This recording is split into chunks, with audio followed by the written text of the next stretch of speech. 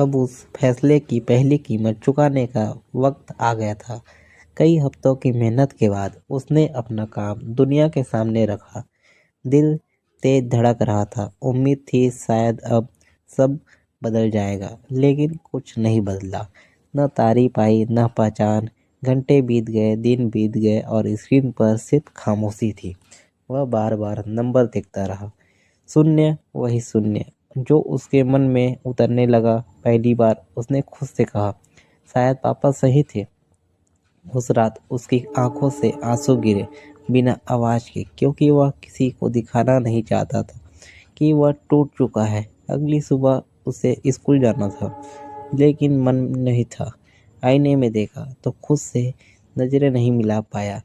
دماغ میں صرف ایک سوال تھا، اتنی محنت کے بعد بھی کچھ کیوں نہیں؟ دوستوں نے پوچھا کیا ہوا؟ وہ مسکرا دیا، کیونکہ اس نے دکھ چھپانا سیکھ لیا تھا۔ اس دن پڑھائی میں بھی من نہیں لگا۔ شبد لکھتے تھے، سمجھ نہیں آتے تھے۔ شام کو وہ اکیلا چھت پر چلا گیا۔ آسمان وہی تھا، لیکن آج وہ آزاد نہیں لگا۔ اس نے خود سے کہا، بس اب کافی ہے۔ پہلی بار ہار ماننے کا خیال آیا، تبھی ماں کی آواز آئی، کھانا ٹھنڈا ہو رہا ہے۔ وہ نیچے آیا، ماں نے دیکھا، کچھ پوچھا نہیں، بس پلیٹ اس کے سامنے رکھ دی اور بولی، محنت کبھی بیکار نہیں جاتی۔ واقعہ چھوٹا تھا لیکن گہرا۔ وہ چپ چاپ کھاتا رہا۔ رات کو نیند نہیں آئی۔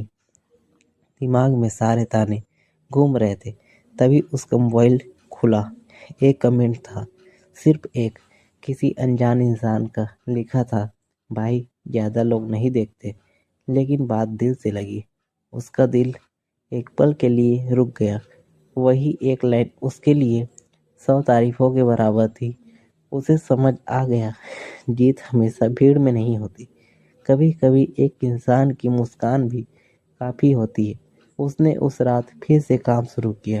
آنسو ابھی بھی تھے، لیکن اب ہاتھ نہیں رکے، کیونکہ اس نے ایک بات سیکھ لی تھی، پہلی بار انت نہیں ہوتی، وہ تو شروعات ہوتی ہے۔